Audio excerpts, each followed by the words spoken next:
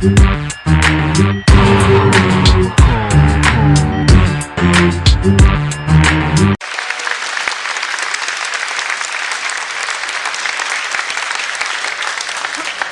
is a monument today to the old aphorism that if at first you don't succeed, try again. When I arrived here in 1966, they were building I-5, and I said to somebody, since I was from Chicago, when are they going to start putting the metro down the middle of the freeway? And everybody kind of looked at me like, what are you talking about? Well, in 68, we took a vote, this city turned it down, Atlanta took the money and built BART. That Warren Magnuson stood here with a check that said $1 billion on it. He said, if you pass forward thrust, there's $1 billion worth of federal money to build what's over your head.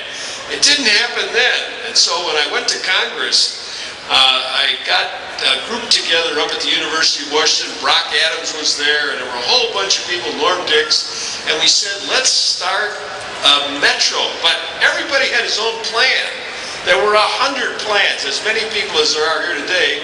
Everybody had one. Mine was to run from the University at Tacoma through the University of Washington at Seattle U, and on the way up to University of Washington Bothell. I thought, let's connect all the schools and bring everybody on the metro. Well, that didn't happen. In '96, Ruth Fisher and others got it going in the state legislature, and finally here we are today.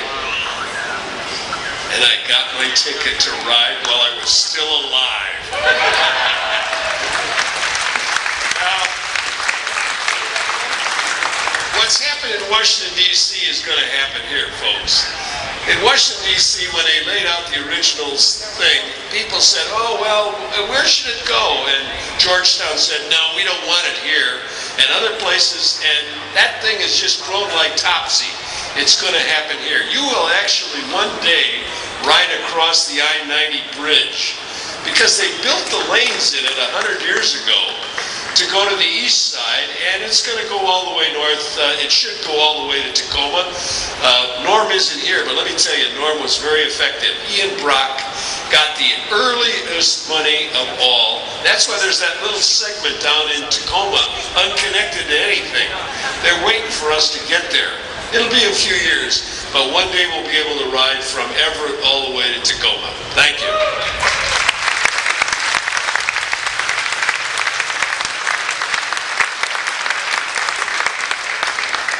Thank you, Congressman.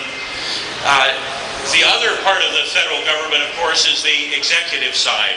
And in the last few months, the executive side has been just very different.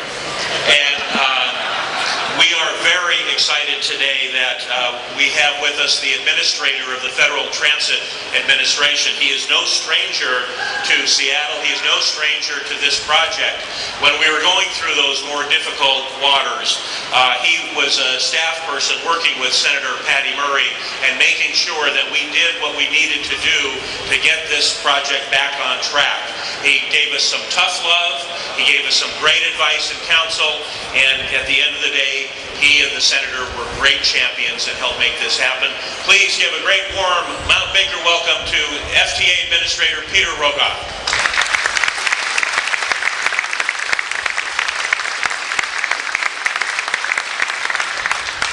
Well, yes, it is a new day in the other Washington.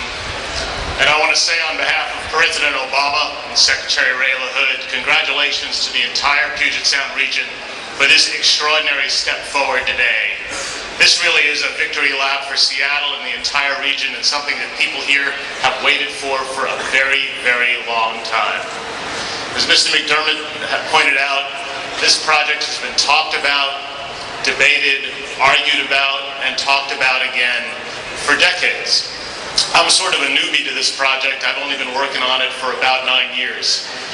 Some people here have been working on it for close to 30 years. But today's the special day. Today is the day when all the talk stops and the transit begins. And that's because of the vision of all the leaders of this region and the voters. The voters who had a vision for a better, cleaner, more mobile Seattle, who went to the ballot box and sometimes voted yes and sometimes voted no, but got us to this day, and it is therefore a great day for the whole Puget Sound region.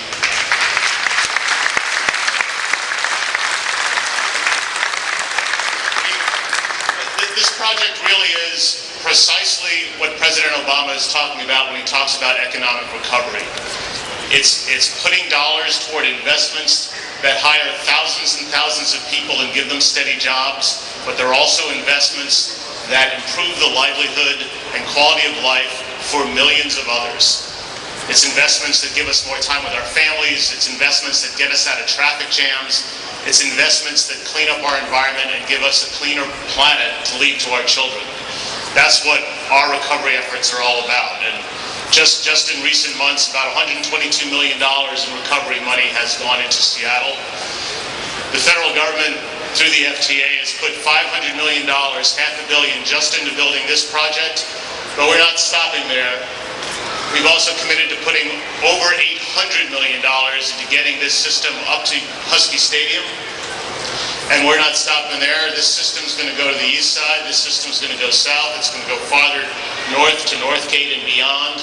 This is going to be just the beginning of great things when it comes to light rail in the Puget Sound region. And there's going to be a sea shift, I predict, because we see it all across the country when we build systems like this. There's a lot of debate, there's a lot of concern, there's a lot of noise back and forth until opening day. And then when you have opening day and people get on the system and they start riding it, they start asking, when are we going to get ours? We weren't sure we wanted this system extended to our neighborhood, and now we want it sooner. And I predict that's what you're going to see in this region. So let me just say again, on behalf of the President, on behalf of Vice President Biden, who's a huge rail fan himself, this is a great victory lap for the Puget Sound region. We congratulate you. We congratulate the people of Seattle and the Puget Sound region for casting the hard votes to get you to this day, and now you're going to reap the benefits. Thanks very much.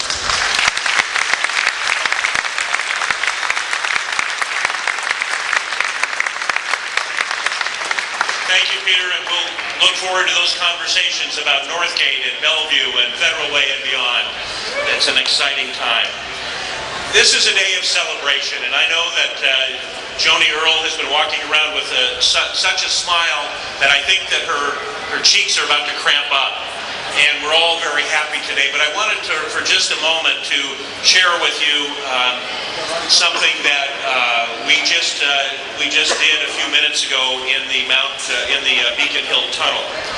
As I mentioned, the men and women in the hard hats who are here today built this system, and it's a dangerous job. It's particularly a dangerous job when you're working in tunnels and you are essentially mining out a station and a pathway through a hill.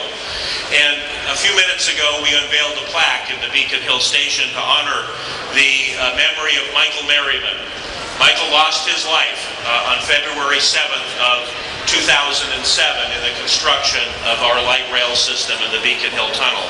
We were joined by his father, Elmer, his son, Derek, his brothers, Tom and Greg, and his sister, Kathy, for that moment of silence and that unveiling. And we today honor his family for the sacrifice that they made, the ultimate sacrifice that he made just 20 days short of his 50th birthday, and the sacrifice that all the men and women who work on these projects that move